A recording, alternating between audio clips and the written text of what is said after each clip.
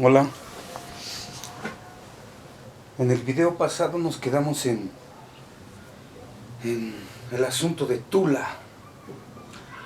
Cuando pasan por Tula y los mexicas tienen, digamos, por primera vez una relación muy cercana con los toltecas. Como habíamos visto, los mexicas consideraban a los toltecas como grandes creadores, a tal grado que la palabra tolteca significaba artista. Pero bueno, nos quedamos un poco, digamos, con la espinita de seguir hablando de lo que antes de Tula habíamos visto, o sea, su llegada a Coatepec, la montaña de la serpiente, donde, según Tezosomoc, que por aquí estaba su libro, este libro, creo que no se los he enseñado, se llama Crónica Mexicayotl. Aquí dice Fernando Alvarado Tezosomoc, en otras dice Hernando Alvarado Tezosomoc, pero es el mismo. Él escribe Crónica Mexicayotl y escribe otro que se llama Crónica Mexicana. Este es de la UNAM. Está aquí en Históricas y con la credencial cuesta muy barato. En este libro, este autor indígena, que más o menos 1600, por ahí así yo creo, nos dice que Huitzilopochtli nace en 1168 o algo así. El nacimiento de Huitzilopochtli.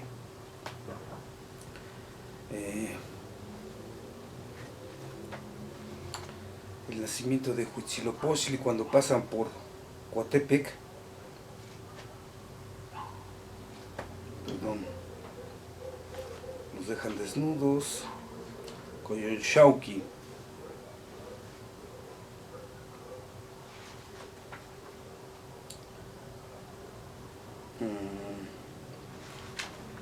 No os desesperéis.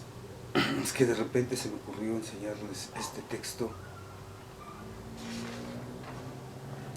Dice, 1 Pedernal,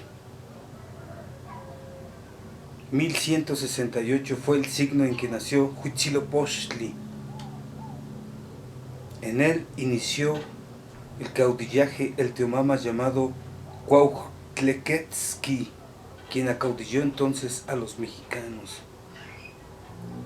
Allí nació Huitzilopochtli, en Coatepec. Digamos que lo que nos quedamos con la espinita precisamente fue en este nacimiento, ¿sí? Lo que nosotros vemos es que cuando nosotros, digamos, nos enfrentamos a una situación difícil, en la que implica, en la que se pone el riesgo nuestra persona, donde hay peligro, digamos, donde nos arriesgamos, y cuando salimos avante, cuando salimos ilesos de todo ello a lo que nos enfrentamos, en el que estaba en peligro nuestra vida, nuestro dolor, nuestro físico, nuestra integridad, nuestro todo, pues cuando nos ponemos, digamos, en peligro, ahora sí que de a de veras,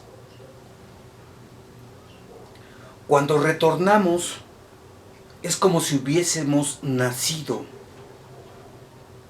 En el otro video habíamos dicho que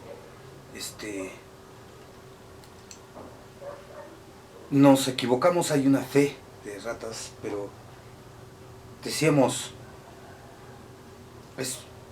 es poco profundo y hay que esperar a los poetas que lo canten, lo entiendan, nos lo expliquen. Pero en lugar de decir poco profundo, más bien tuvimos que haber dicho que nosotros alcanzamos poca profundidad del texto. Por eso es que esperamos a los poetas del futuro. porque estos textos son, digamos, esotéricos. Entonces, lo que nosotros intentamos decir solo son cosas y señalamientos meramente, ¿sí? Habrá quienes vengan, los pensadores verdaderos, a descifrar qué quieren decir todas estas cosas, como dice el mismo Cristóbal del Castillo, o los mismos sacerdotes mayas, los conocidos como Chilam Balam. Ya llegarán, y entonces esta palabra, digamos que se verá en su verdad. Ahora bien, queríamos insistir precisamente en esta experiencia que tiene el guerrero de ir a la batalla y regresar con cautivos, regresar vivo. Decimos que estos hombres que retornan, el dios Huitzilopochtli les otorga el permiso, les da la orden para gobernar.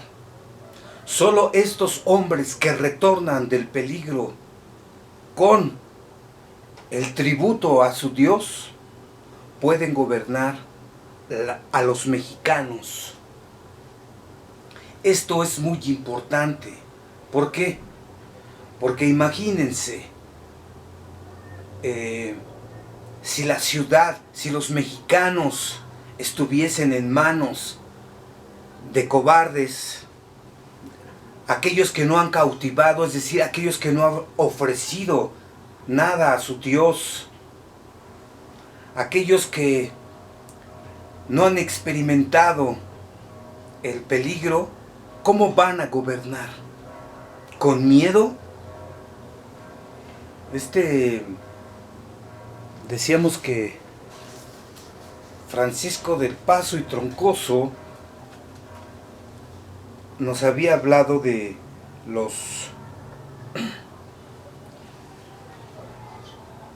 las leyes que había dictado Huitzilopochtli, pero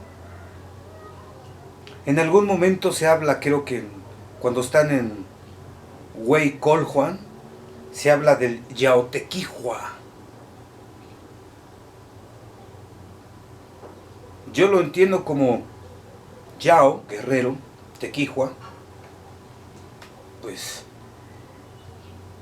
el guerrero cautivador, el guerrero que tiene a cargo darle tributo a su Dios. Yao Tequihua es traducido por Troncoso como el que tiene trabajo en guerra. Y Navarrete, Federico Navarrete, lo traduce como ay, se me fue, el que tiene a cargo pelear contra los enemigos o algo así. Pero queríamos ahondar un poco, ¿sí?, en aquí también Troncoso Tetzauteotl lo traduce como el dios agorero, pero luego lo dice dios de asombro. Yaotequihua, el que tiene trabajo en guerras. Pero lo que nos interesaba es, esto lo ponemos para que pues vean lo que tiene relacionado con Tequihua, ¿sí? Entonces, pues vamos a ver las leyes, ¿sí? Otra vez, la ley cuarta, que es la que nos interesa.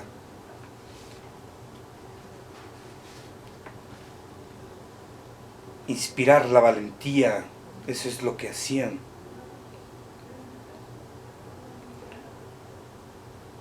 La primera cosa con la cual os iréis inspirando será la calidad del tigre y el águila. El Dios es el que les da precisamente esos nombramientos. Se inspirarán aspirarán a la valentía del guerrero, pero no cualquier guerrero, es el guerrero cautivador, el que ya ha sometido al otro. Imagínense, esto de las guerras es un poco profundo, porque no se trata entre dos adversarios, no son enemigos, no se trata de llegar y matar al otro, ¿sí? Por primera vez nos encontramos aquí en un modo de llevarse la guerra a cabo que no habíamos visto, digamos, en otras historias, ¿sí? Los guerreros se enfrentan, pero imagínense así, tener al guerrero enfrente, y es someterlo, cautivarlo, no es llegar y matarlo. Por supuesto que sí lo hacían, y en muchas guerras, pero de lo que se trataba era de poder cautivarlo y llevarlo a su Dios, ofrecérselo, ¿sí? Si el guerrero caía en guerra, él acompañaba al sol en su trayecto del amanecer hasta mediodía. Asimismo el caído. ¿Por qué? Porque la guerra es un modo sagrado de ser. Por eso decíamos que los guerreros mexicas, los tequihuaque, entran como al ámbito de lo sagrado, en donde es la guerra, y de ahí salen. Algo les sucedió, pero ya no son los mismos. Regresan y ahora son señores, son gobernantes. Decía Paso y Troncoso que los tequihua eran precisamente, es la ley cuarta cosa, serán señores, a lo que Navarrete dice, gobernarán, que más o menos tienen el mismo significado, ¿no? ¿Quiénes gobernarán? Los señores. ¿Y quiénes serán los señores? Ellos mismos habrán sido ya principales, aquellos que ya han sido ellos mismos, ¿sí? Aquellos que ya han sido, es decir, aquellos que ya han ido al ámbito de lo sagrado y han retornado, ya fueron, pero no meramente, digamos, en ese momento, sino que ahí es como si hubiesen nacido por primera vez. La experiencia que los guerreros tenían de lo sagrado, ya retornaban de modo distinto, ya retornaban, digamos, con el nombramiento que su Dios les da a los guerreros como tejicuaque. Tú te nombrarás tejicuaque y gobernarás a tu pueblo, porque tú ahora has nacido por primera vez, has experimentado lo sagrado del ámbito de la guerra, y solo por ello tienes derecho, y es tu deber, es tu obligación, gobernar al pueblo mexicano. ¿Qué más nos dice aquí?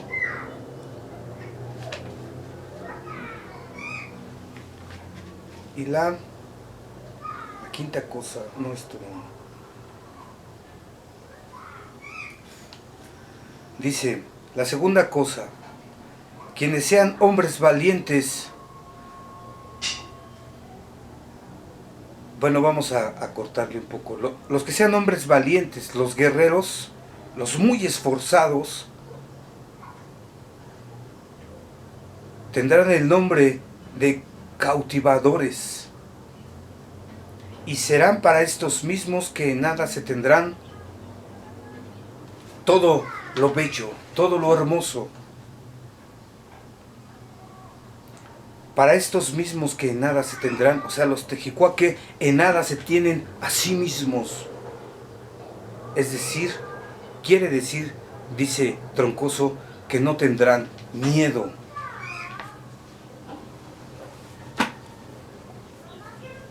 Aquí, no sé si se alcance a ver, Tequi quiere decir como trabajo, el que tiene a cargo el trabajo, el que tiene a cargo el tributo a su Dios, el tributo a la ciudad, administra todo lo que se le entrega de tributo a su Dios por parte de todos los pueblos, ¿sí? No solo en cosas, sino principalmente en cautivos. Ahora bien, vamos a leer la segunda cosa. Los guerreros, los tequihuaque, tendrán por nombre cautivadores, pues yo así lo ordeno, y ellos en nada se valorarán, pues frente a todo lo bello, ¿no? Mantas, cosas hermosas. Entonces, estos son los hombres que saben del combate. Decíamos que los tequihuaque, aquí en el diccionario de Simeón, es un libro en náhuatl, Remy Simeón, diccionario de la lengua náhuatl o mexicana, siglo XXI.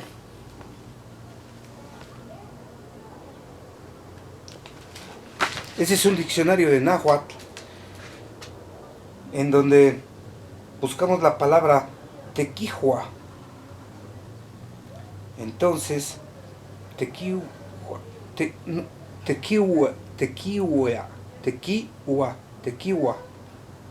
guerrero valiente, tequihuaque, sagún.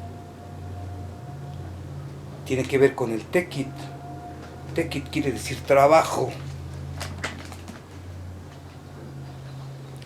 Entonces, bueno, recordábamos el nombre anteriormente con Teotihuacán, Tihua, ser dueño del trabajo, ser dueño de la divinidad. Teotihuacán, decíamos, lugar donde los hombres se hacen dioses. Por esto de que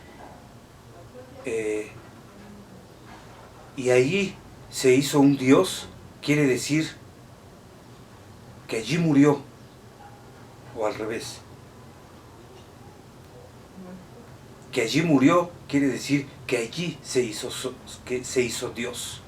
Entonces, ¿qué quiere decir, por ejemplo, de Nanahuatzin en su sacrificio ahí en Teotihuacán? ¿Sí? Lugar donde, digamos, es la ciudad del sol, pero ese lugar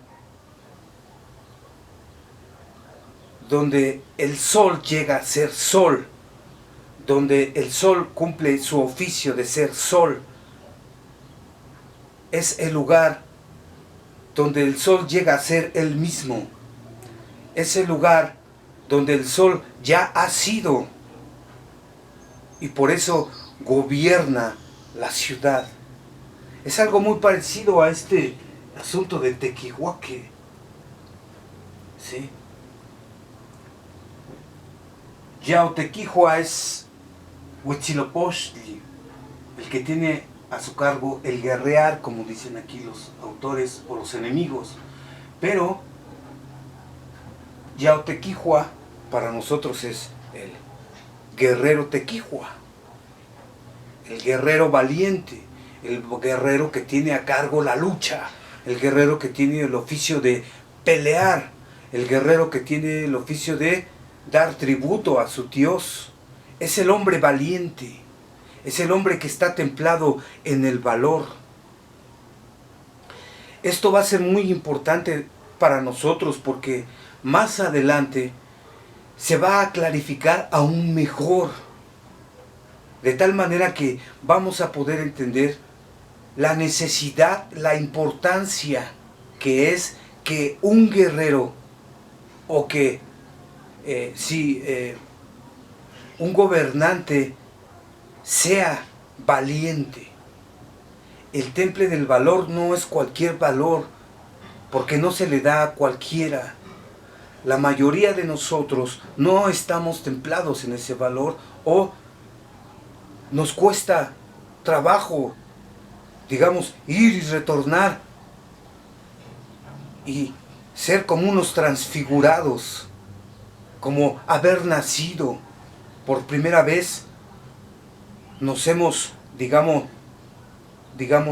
puesto en obra. Esto es muy importante porque no solamente nos ayuda a entender la historia de los mexicas, sino que nos ayuda a comprender nuestros modos de ser de nuestra época.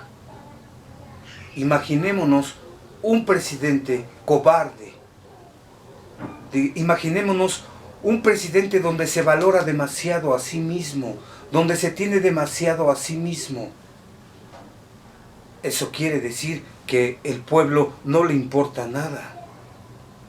Eso quiere decir que se tiene demasiado en sí mismo y se preocupa demasiado por sí mismo y que es un cobarde. Esto lo vamos a ver también al final, ya cuando Moctezuma entrega el poder y dirime a favor de los extraños.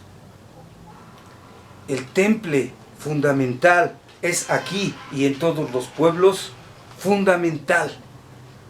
El miedo aquí, como decimos aquí en México, aquí y en China es lo mismo.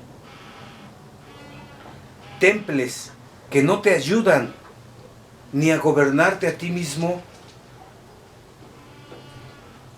si no te ayudan a eso, ¿cómo vas a poder gobernar a un pueblo, a una universidad, a una ciudad, a un país, a un estado? Pues digamos que no se puede hacer eso, ¿sí? Los teotihuaques son unos transfigurados que cuando regresaron de la guerra y que traen el tributo a su Dios, o sea, el cautivo para sacrificarlo y entregarle el corazón a su Dios y la sangre a sus dioses, para nosotros significa algo horrendo, por supuesto. Para los mexicas es especial porque su Dios es solo de la guerra. Su Dios está dedicado solo a la guerra. Esto es importante porque los mexicas desde que llegaron ahí siempre los corrían, les decían: estos bellacos, ¿de dónde vienen? Y los maltrataban y se burlaban de ellos porque tenían precisamente estas órdenes de su Dios. Copil se encargó de decir: estos traen malas mañas, malas costumbres, sacrifican, se comen a los hombres, pero todo esto es en ritual, de tal forma que también todos los pueblos de aquí se enteraron de lo terribles que eran los mexicanos. Esos mexicanos tan horrorosos, por así decir, ¿sí? Lo que nos va a enseñar entonces, digamos, la historia de los mexicas es precisamente, digamos, que a entender el ser del hombre, a entender que el miedo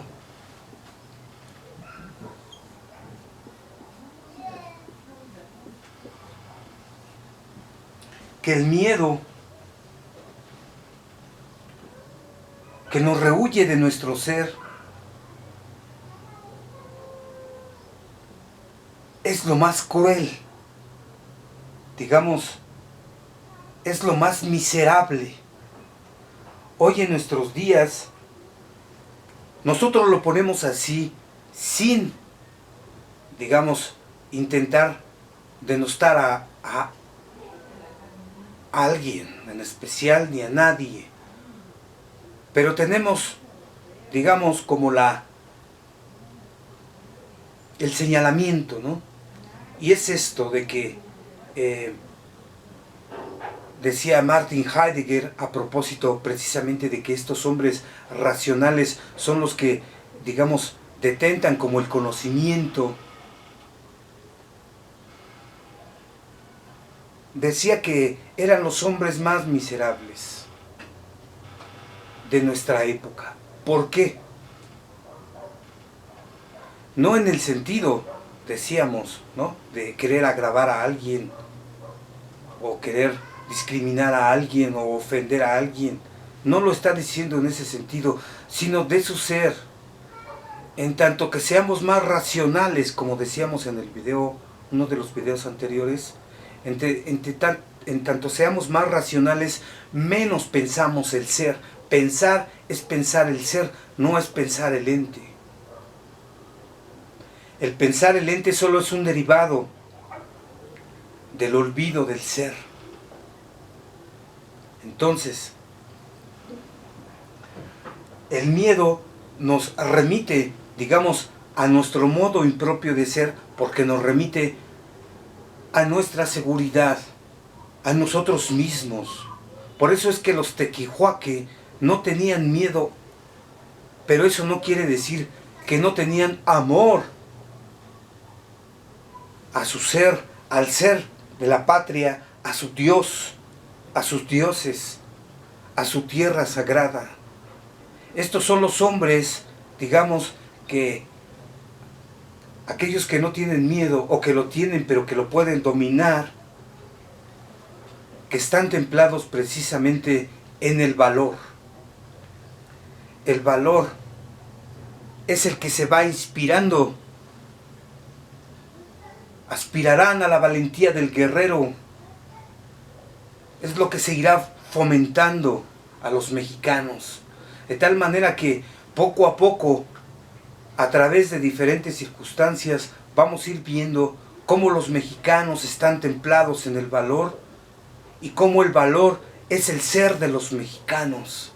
Es lo que hace a los mexicanos, ¿sí? Esto no quiere decir que no nos echemos para atrás.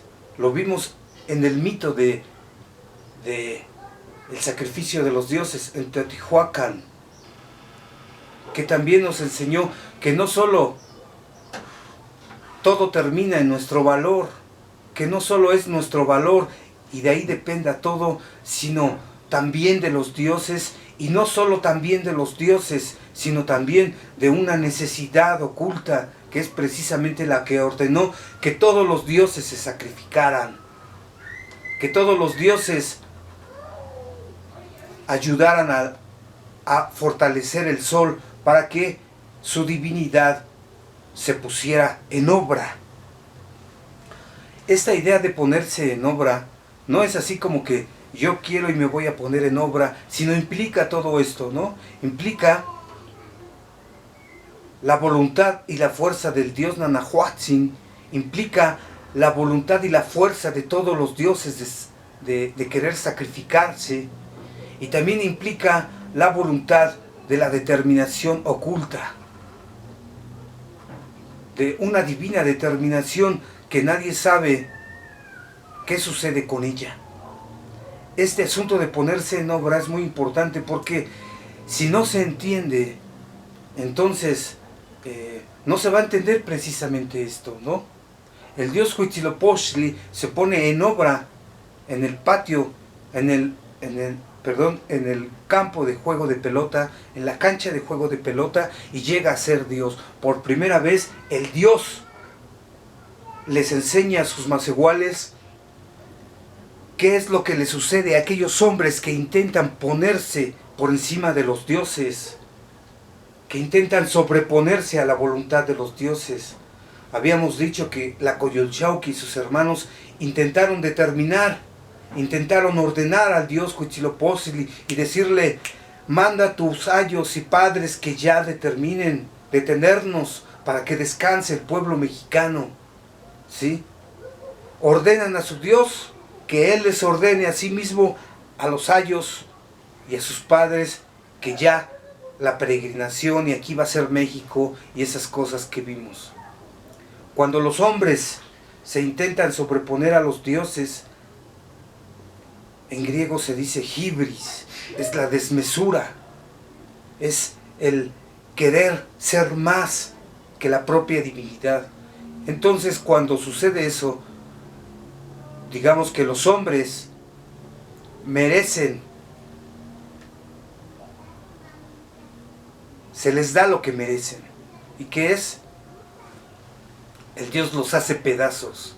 Entonces, cuando salen de Coatepec, los hombres, los principales, llevan esa tarea. Y los que no son principales, es decir, los que tenemos miedo, pues entonces sabemos a qué nos podemos enfrentar si es que queremos hacer, digamos, implantar una decisión, una orden que no nos corresponde, sino que le corresponde a los gobernantes, a los tejihuaque, a los del consejo, a los sacerdotes, al Tlactuani, que todavía aquí no había esa configuración, solo había, digamos, como una especie de consejo, como una especie de grupo grande de tequihuaque, había por supuesto dirigentes y se les podía llamar o no Tlactuanis, ¿no? Más adelante así se les comienza a nombrar sin todavía tener tierra prometida. Pero bueno, se va entendiendo el asunto. Esto de ponerse en obra es tan importante como nacer, ¿sí? Hoy muchos, digamos, creen, piensan, se imaginan, sueñan que se ponen en obra, ¿sí? Y entonces empiezan a hacer esculturas, empiezan a hacer cuadros, libros, pero esos libros, digamos que si no están tocados por la necesidad, por eso oculto que nosotros no conocemos, es decir, por lo incognoscible, por lo invisible, lo impalpable, lo inaparente, lo indeterminado, lo insondable, etc. Pues entonces esos libros, digamos que tienen ausente su propio ser, carecen de ser. ¿Por qué? Porque esos libros a veces son soberbios, ¿sí? Sin darse cuenta, digamos que intentan ponerse por encima de lo oculto, ya no digamos de los dioses, por encima del ser, y intentan poner su propia voluntad. Por eso esos libros están, o esos cuadros, o esas esculturas, o lo que sea, están destinados a desaparecer. Igual nosotros mismos, cuando no nos dejamos tocar por lo oculto, que es lo más simple, como habíamos dicho, ponerse en obra con el mundo quiere decir dejar ser flor a la flor. Solo eso, ¿sí? No ver el tiempo lineal ni plano, sino piramidal, en el sentido de que nacemos, llegamos a ser y nos apagamos. Pero este llegar a ser, para muchos, es muy difícil. No se trata de llegar a ser con un título. El título no hace a los hombres. ¿Qué es lo que va a pasar más adelante? Esto lo vamos a ver un poco más adelante con la historia de esto. Solo queríamos un poco insistir, ¿no?, en este asunto de los tequihuaque y distinguirlos como aquellos que no tienen miedo, aquellos que ya han entrado, accedido al ámbito de lo sagrado y han retornado transfigurados ahora en señores. Ellos por primera vez van a gobernar. Aquellos que se han puesto en obra y que tienen a su vida en nada, pero que tienen a la patria en todo y a su propio Dios. Todas estas cosas tenemos que tener mucho cuidado, como decíamos, y lo vamos a seguir insistiendo con los fanáticos o los esquizofrénicos que escuchan voces por ahí, ¿no? De esos hay muchos y de esos sobran, pero de los auténticos poetas que escuchan la voz de lo sagrado, que están templados en lo sagrado, hay que prepararnos para escucharlos, hay que prepararnos para recibirlos, ¿sí? No hay que decir, ¡ay, ilusos! Andan los mitos, ¡ay, el lenguaje! Decía, la poesía es el más inocente de los bienes o algo así. Hölderlin. De que la poesía puede pasar por poeta, sí, anda acá en las nubes o esas cosas. Aquí de lo que se trata es de tomarlo en serio. ¿Por qué? Porque va a llegar un día en el que, digamos que se presenten por así los verdaderos artistas, los verdaderos poetas, los verdaderos pensadores que estén, digamos, como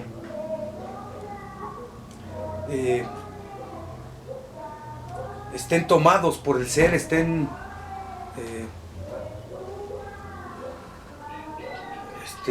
me inquieta este sonido que está en todo México, ¿no? Concernidos por el ser, ¿sí? Llegarán los poetas que estén concernidos por lo sagrado, y nosotros, ¿qué va a pasar? ¿O qué podría pasar? Y todo porque tomamos más en serio a la ciencia, porque tiene que ver con nuestra conservación y nuestra propia voluntad que tenemos en nuestras manos, nuestros propios bienes, ¿sí? Nuestro propio miedo, que con la poesía, que también es el más peligroso de los lenguajes, porque puede despertar precisamente en el hombre temples fundamentales, y esto a través de la historia se ha visto. El primer ejemplo que se nos viene es Jesús de Nazaret. Él llegó y dijo, yo soy el Hijo de Dios. ¿Ah, sí? Dijeron los hombres, quitémosle apellidos, solo los hombres. ¿Ah, sí? Pues entonces, crucificadlo. Y lo tomaron como un blasfemo. No lo pudieron reconocer.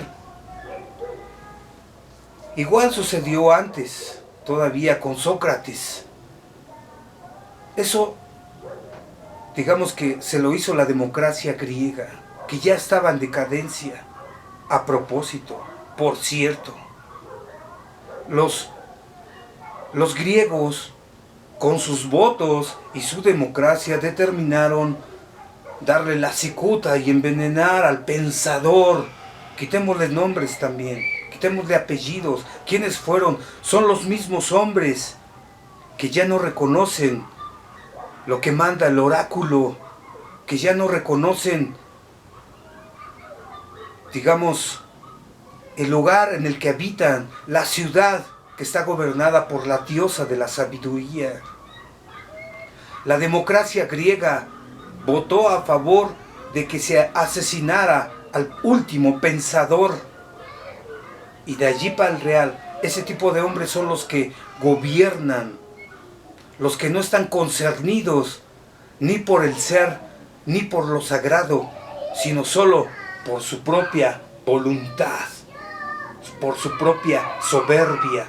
Eso mismo le pasó también, si queremos poner otra figura, a el gran César.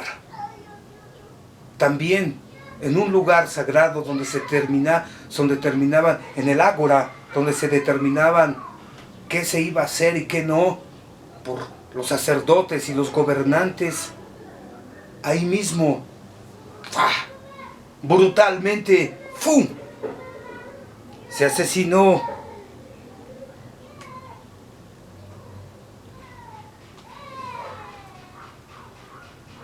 a nuestro amado y recordado César. ¡Ave César! fue muerto de manera brutal, ¿sí? Esto también ya como en decadencia, ¿no? Parece que esto cuando sucede también, y esto lo vio se me fue el nombre, el que escribió los hermanos Karamazov. Bueno, ahí mismo en esa obra, este ruso, se me fue el nombre, después se los digo. En esta obra de los hermanos Karamazov se cuenta, ¿no? El Inquisidor, es una parte donde se llama así, el Inquisidor. Hace muchos años que lo leí, pero son esas cosas que te dejan estos literatos, ¿no? Él imagina una situación en donde llega Jesús en nuestro tiempo y le dice a uno de los sacristanes: háblale al Papa, al sacerdote, dile que ya llegué, que ya llegó el Hijo de Dios. Y entonces sale el sacerdote del Papa y le dice: ¿qué quieres? Ya no te necesitamos, tú nos diste el poder, vete. Y Jesús se retira. Eso mismo es para lo que nos vamos a preparar, para distinguir a quien en su modo de ser está concernido por los templos fundamentales, ya sea la angustia, el aburrimiento, el duelo sagrado, la calma, la serenidad, que son templos precisamente que atiende Martin Heidegger en sus obras, o lo que nosotros hemos tratado de insistir en el valor, ¿sí? Hay que distinguir, hay que prepararnos. Ya que nosotros no lo alcanzamos, pues entonces hay que aprender a distinguir quién sí lo alcanza, para prepararlo, para inspirarlo, para encauzarlo, para que en un momento ese poeta pueda cantar, el pintor pueda pintar, el gobernante pueda gobernar. Y pues parece que eso es todo. Ojo avisor, decía nuestro maestro.